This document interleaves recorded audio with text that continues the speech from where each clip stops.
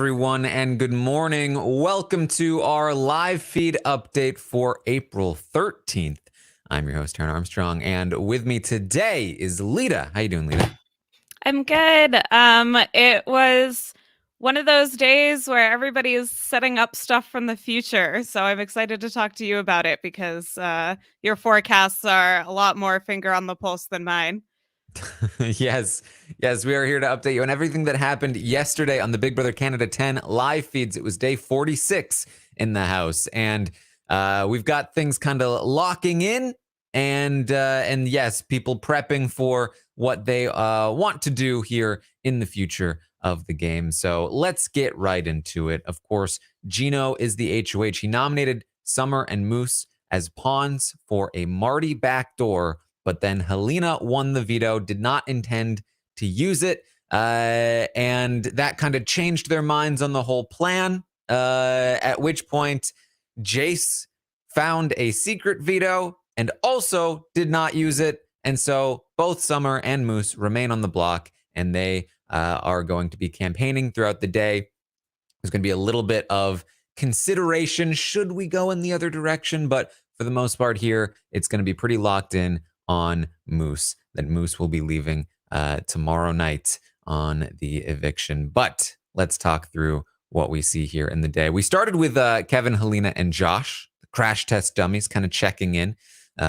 Josh lets them know about the rift between Summer and Betty ever since Summer was wavering on the vote last week to save Betty. Kevin says, well, should we send her home? And they're like, ha. He's like it might be fun, flip a vote.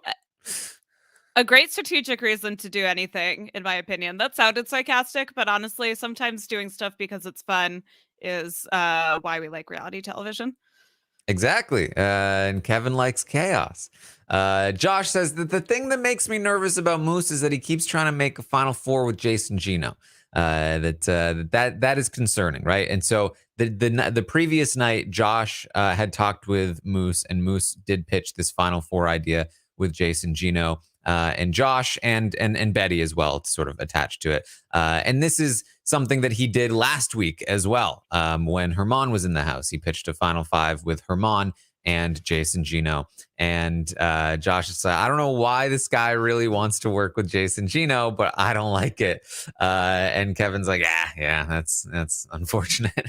Yeah, but also if you have to continually pitch a Final Four because people aren't biting, perhaps you're not the most threatening character in the house.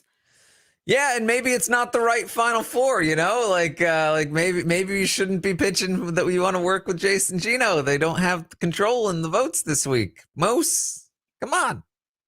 Yeah, it's okay.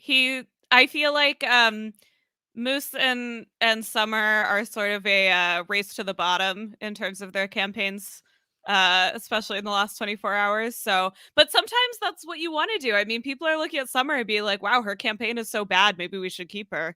Dead Yeah, fish is a valid strategy. I think they're overstating how bad Summer's campaign is here. I think it's not that bad. In fact, I mean, I don't know if she knows how good it is, but pitching that, she will be pitching that she's going against the showmans, which is what people want to hear, as opposed to Moose, who is like, nah, I want to work with the showmans, Yeah, I mean, it's one of those things where even Summer admits that like her campaign wasn't very good, but it's one of those things where like somebody says like, ugh, Summer's campaign is really bad, and then that just becomes like the word of the house.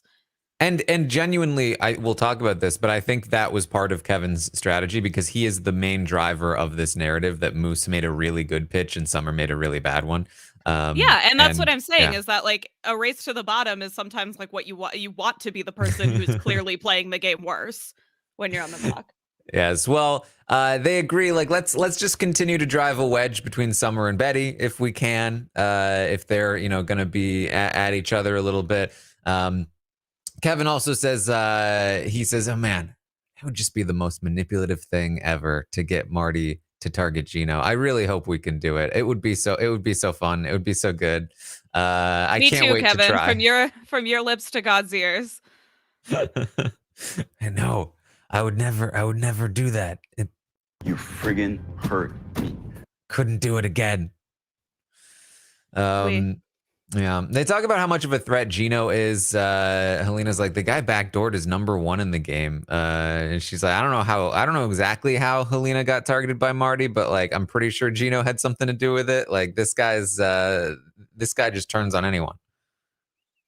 Yeah, I mean, I think Gino is somebody who doesn't necessarily have like the most independent thinking skills. Mm. Is perhaps the bottom of this, but that doesn't necessarily make it. Well, it could make him a lot more threatening depending on who's the last person in his ear. But Yeah, I don't think he's a strategic mastermind. not exactly. I wouldn't say that. He is dangerous in the game, though. Josh is going to talk with Marty. They've been talking a few times throughout the week, especially now that Josh knows that Marty will be staying this week. He is going to continue to try to rebuild this relationship. That's something that he mentioned to Helena and Kevin that he wanted to do. And so they're going to continue to talk about exactly that. Marty does feel like there's something there that can be repaired. Is going to continue to talk about Josh like respecting his elders and all of this stuff and how that's a bond that they can use. And he's not sure though that he can repair things with Betty. He thinks that Betty is just too far against him. He'll never be able to recover that relationship. Because as we all know, Betty is the one that really orchestrated the flip vote on Gino, which, if you're not catching the sarcasm, is not true. Marty still believes it is. Marty is just like because he doesn't have these kind of like deep, genuine relationships with a lot of people, he's just kind of making up reasons that he has special bonds with people. He's like, oh, with this person, it's because of the French thing. And with this person, it's because he respects his elders. It's like, maybe just try like talking to people and getting them to like you.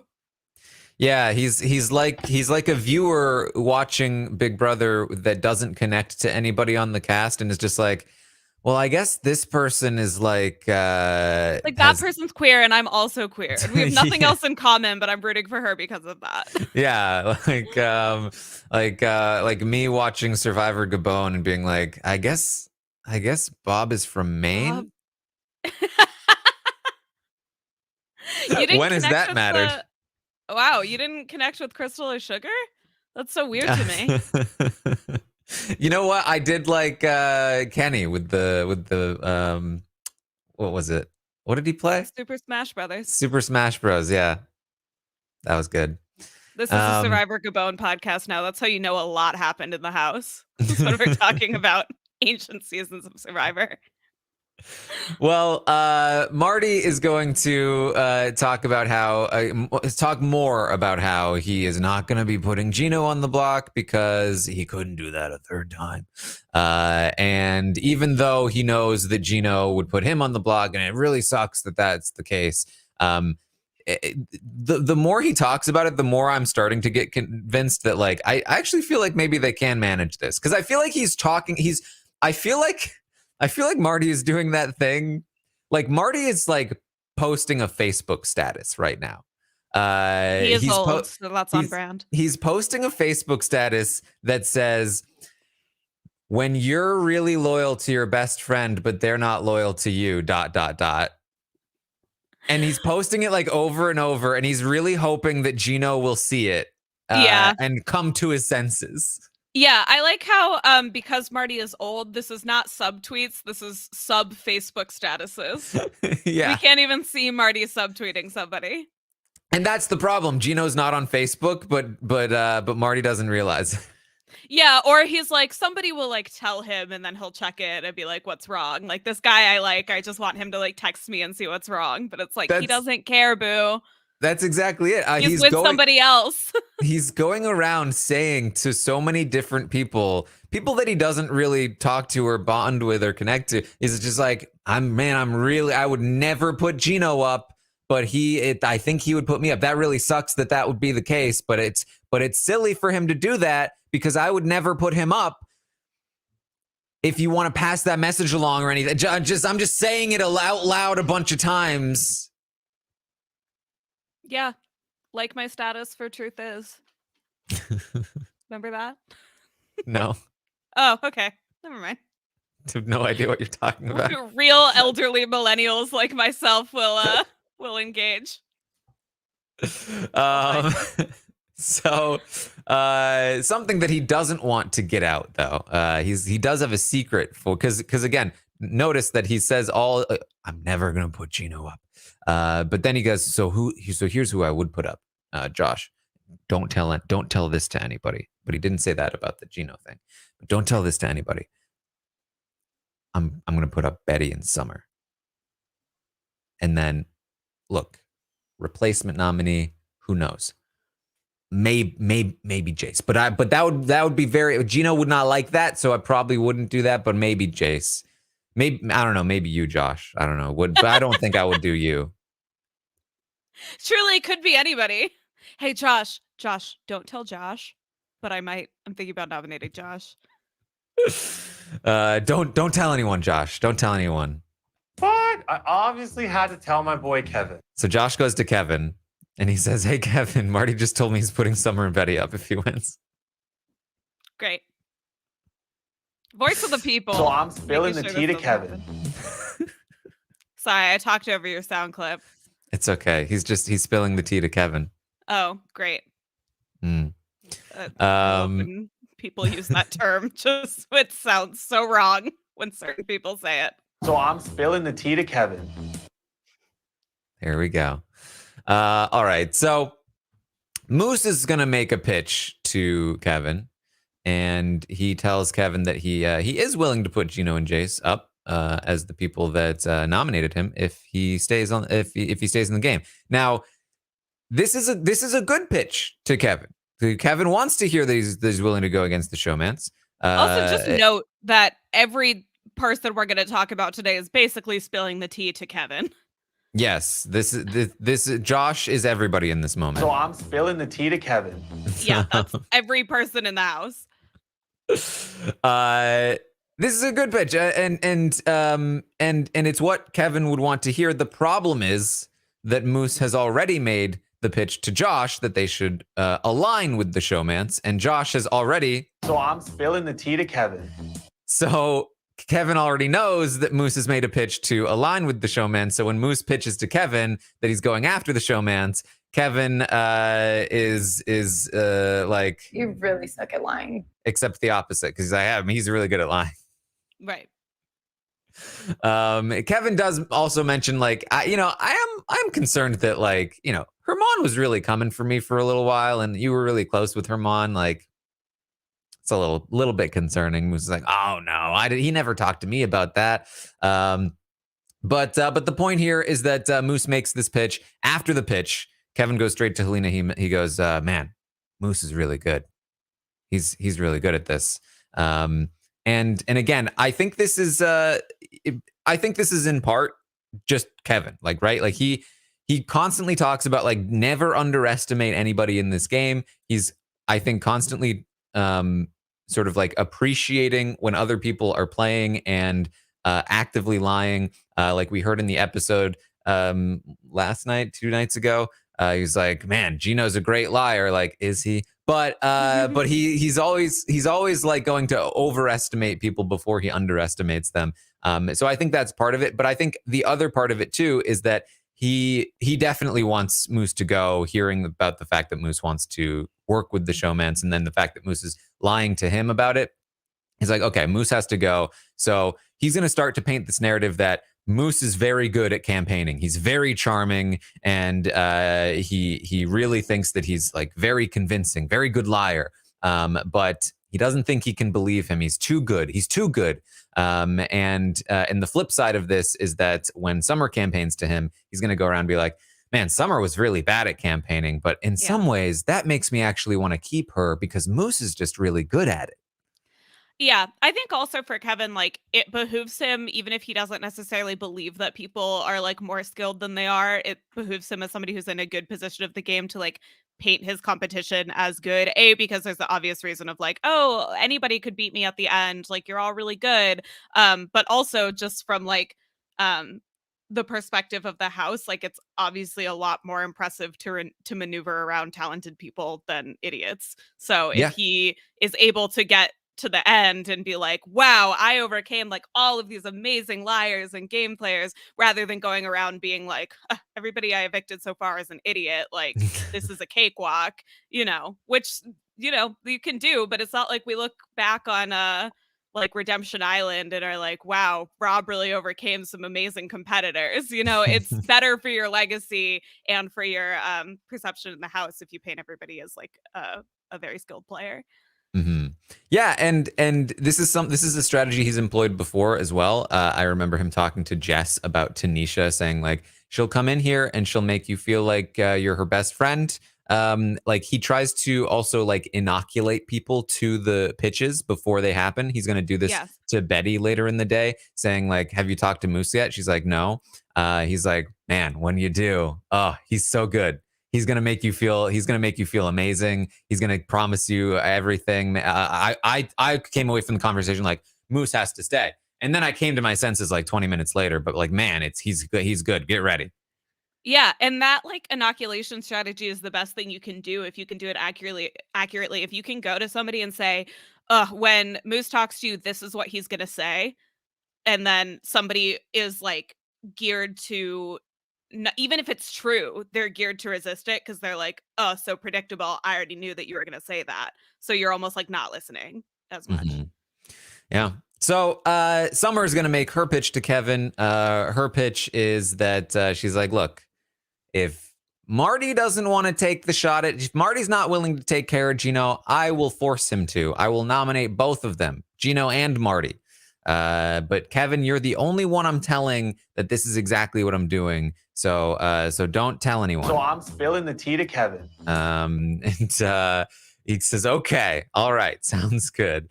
He's going to talk to her later in the day and let her know, I'm definitely keeping you. I'm not wavering on this. Like, don't worry about it. He talks to her about Moose's pitch and how good it was, and says, like, I was concerned for you, but don't worry. I think you're good.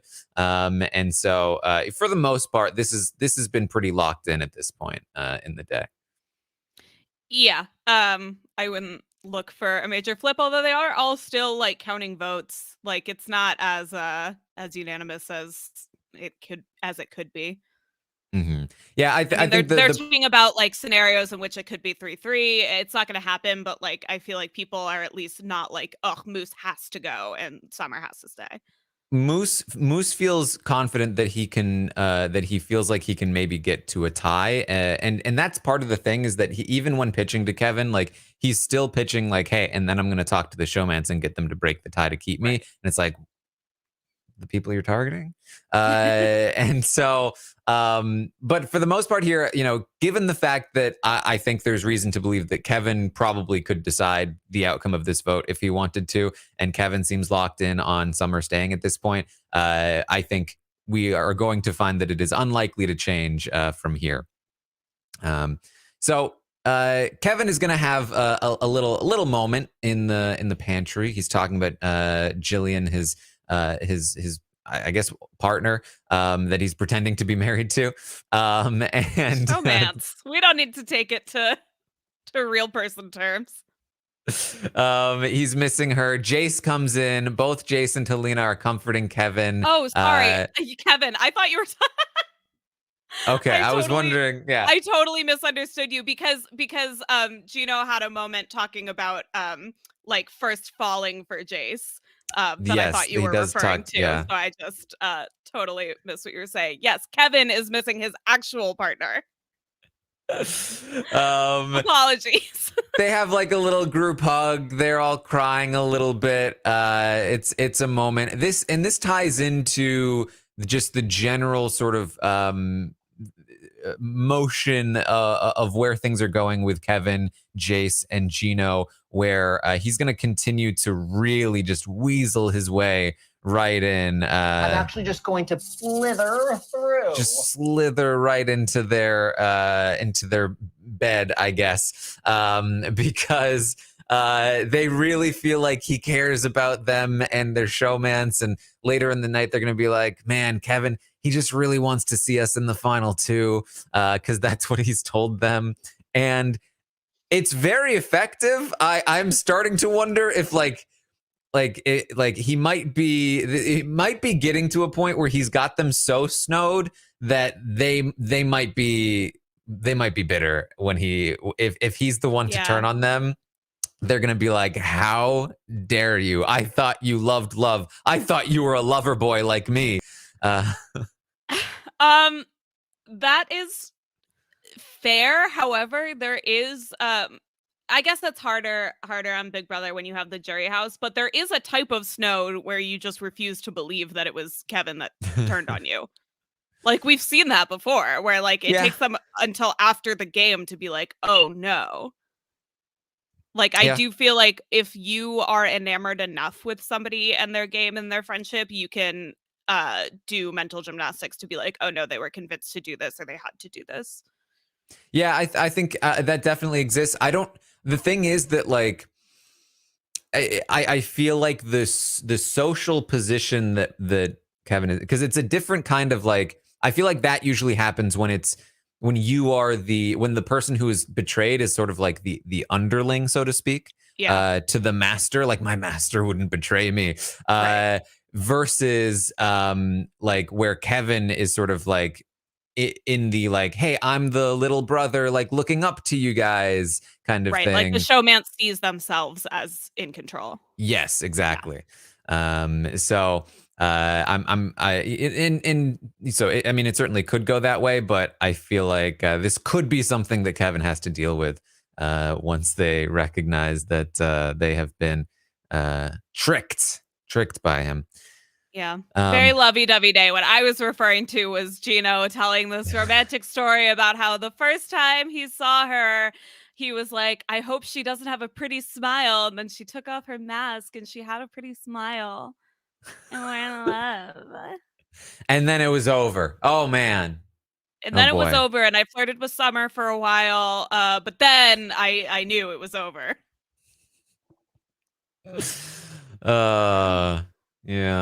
Yeah. This is not my favorite show, Mance, if you can't tell. Summer... I like when both people in the showmance have a personality. Call me crazy. Yeah, well, what are you going to do? Summer is going to talk with Josh, Helena, and Moose. They have a conversation about diversity and sort of like where Summer would want to raise children. She talks about like she would love to be able to raise her children in a place where they don't first have to learn to love their skin color. Meaning like they're faced with constant sort of discrimination based on their skin color, and thus have to like learn to sort of like develop a resistance to that first. She'd rather them be able to like really just be able to grow in a nurturing and loving environment where that's not an issue, and then in the future, like once they're more prepared to deal with it, go and deal with it. She says her parents taught her to love her skin and her hair, but then like she went to school and people didn't love her skin or her hair, and she was like, my parents are liars. Like this isn't the real world. And they tried to like teach her about racism, but she didn't really believe it until she went out and experienced it. And she's like, oh, I thought this was like a thing that happened in the past, but it's happening to me right now. And Helena says like, that's interesting because she felt like she wasn't prepared for it. She was never taught about it when growing up. And so when she experienced it, she didn't understand it. She just thought like, oh, I must just be bad, or it must just be because of my this or my that. She didn't really recognize that it was just because of her skin color. Yeah. Yeah, and obviously I don't know a ton about I haven't lived in Canada ever, but it seems like it's a different landscape there where like the rural areas are much more expansive than in the United States. So I feel like there's a lot more of a stark difference between like growing up in Toronto versus growing up, which Toronto is one of the most international cities in the world. So I feel like the cultural differences that we see on BBCAN, especially because people have like different first languages and things like that. They're fascinating to watch just compared to the US, which obviously is a massive place with a lot of diversity, but it's different than Canada, where there's way fewer people and these massive geographical expanses between cities. And there's just like as they talk about, there's just still like so far to go before like these things aren't issues that they just like continue to have to deal with. Just again, like more like these are just like the kind of conversations that you get with a diverse cast and a diverse house. And it was nice to see. Helena's gonna talk to Jace and kind of is wondering like what's your priority list here, and Jace says, well, the priority, you and Gino at the top, Helena, you two are tied because you're my girl. Just lying to her. Then Kevin after that. They both agree that Moose is going to be leaving and they can't trust Summer. She'll go anywhere in this game. Jace still keeping an eye on Summer. This is something that Helena talked to Kevin about, like another kind of reason to keep Summer, that there's a rift between Summer and Betty, and there's also this weird thing with Jace and Summer. So good to keep that in place. Yeah, knowing who people won't work with is just as important as knowing who they will. Yeah. Helena talks with Kevin. They talk a bunch throughout the day. This is one of the days I feel like they have a lot of time to talk throughout the day. One of the things they talked about was potentially not keeping Jace over Gino, which I thought was a weird conversation. They just felt like she was maybe like just like smarter than him, which yeah, actually, but at the same time, don't think it's the right call just because Gino has, fair or not, the perception of being a better player in the house, and probably more capable of winning competitions. He's just so good at the trivia, and obviously he's the most physical person in the game. But they talk through that option. They also talk about like being each other's number ones. Helena has this like funny moment. She's like, I just realized like you're my number one in this game. He's like, just realized? She's like, no, I just meant like I don't really have anybody else. Like you're the only person I really like talk to like openly. He's like, is that like hard to like maintain the facade that you do in the house? She's like, not really. It's pretty much just me. I just turn it up to 10. Like my natural like self-esteem is very low, so it's very easy. Sad. Yeah.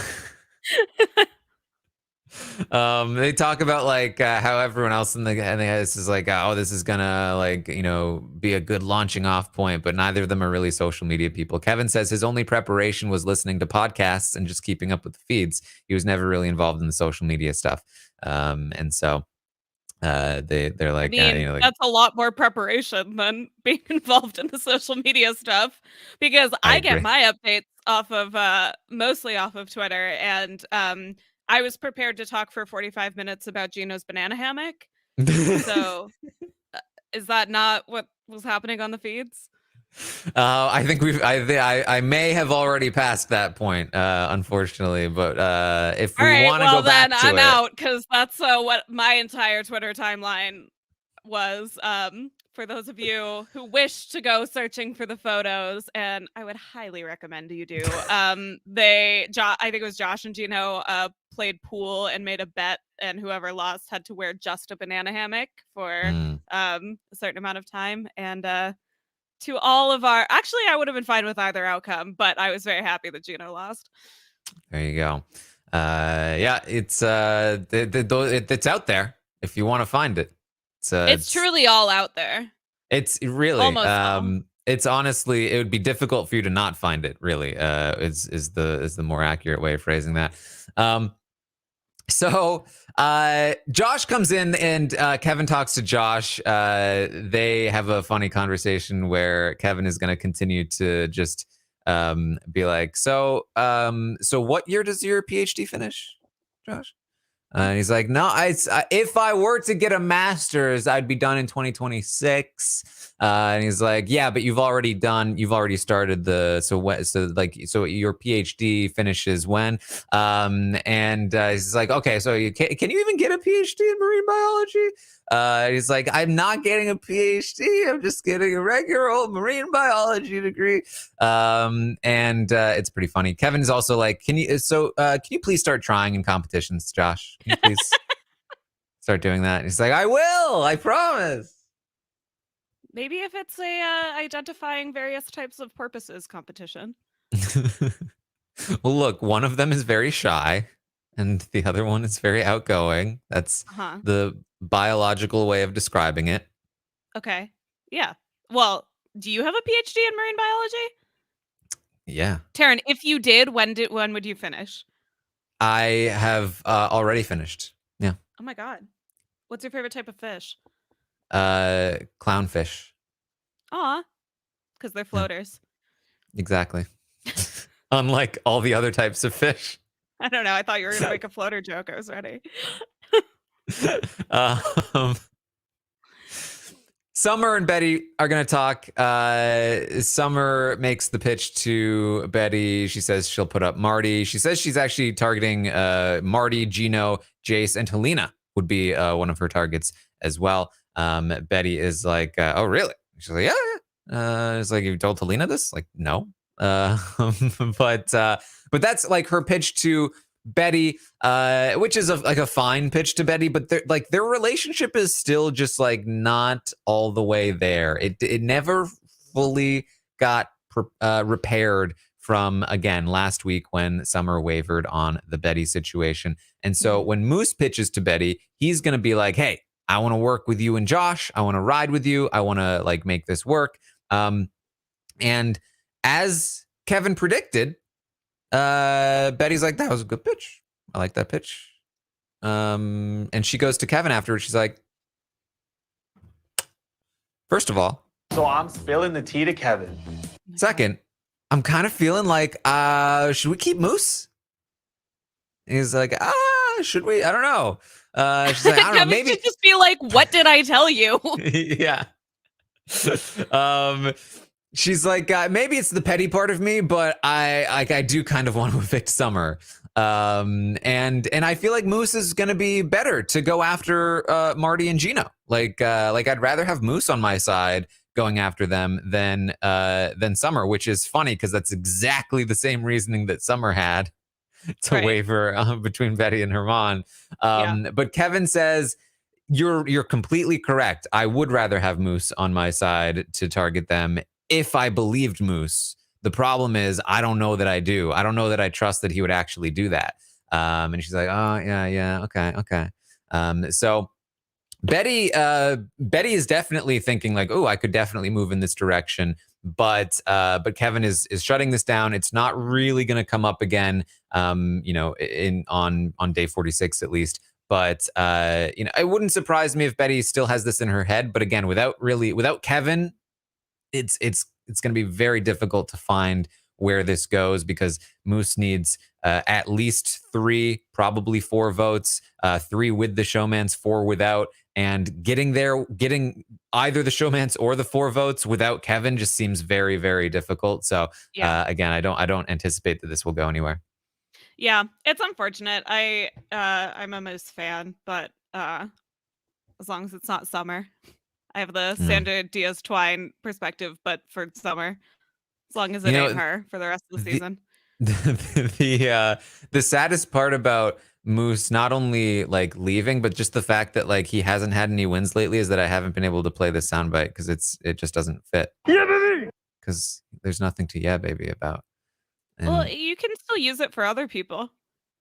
It's just not while Moose is still there. Isn't yeah baby, wasn't that like somebody's catchphrase on Survivor? Mama C. Yes. Was it? Yeah, she hashtagged all of her tweets when she was running when she was like campaigning for 31.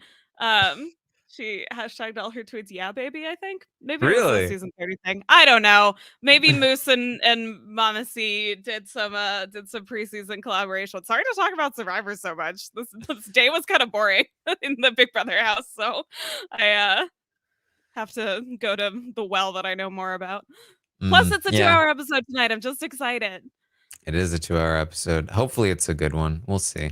I didn't love the last one that they did of this, but anyway, that's for later. That's for when you join me on Twitch, twitch.tv/Taran Armstrong, as I watch both the Big Brother and Survivor episodes live with all of you.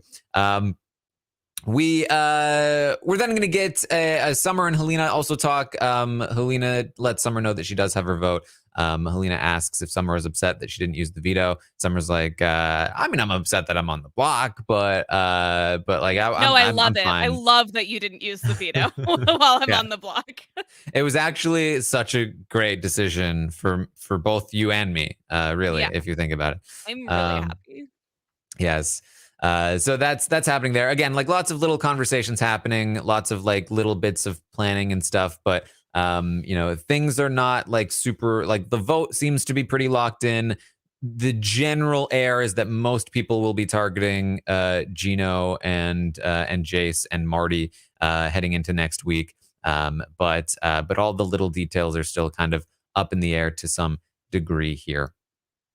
There was a lot of socializing because they were in the hot tub for I think roughly 9 hours. They're all prunes for the entire day, and I think that they got some rare sunshine, so they're all like just vegging out in the sun. They're like sunning themselves like lizards after all of the gray days in Canada. Yeah, Marty got sunburned He did. It's there. really funny.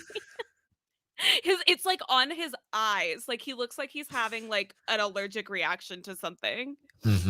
Yeah, it's not great. I'm surprised it doesn't happen more often. Like, especially like in the US, where it's like people who aren't used to like LA sun, really. I guess I'm surprised that we don't see more of it. The US does not cast people that don't go recreationally tanning. I guess so. Yeah. Just influencers know how to not get sunburned, and that's the pool that they draw from. Whereas in Canada, I don't think they're quite as used to that amount of sun.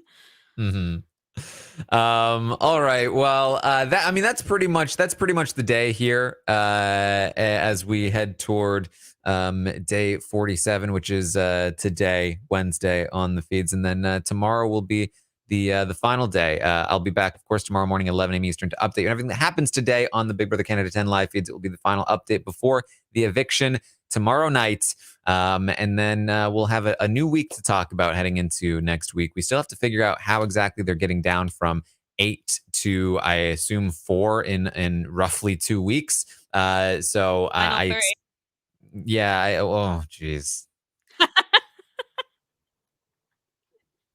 Is that worse than a triple eviction? I think it might be.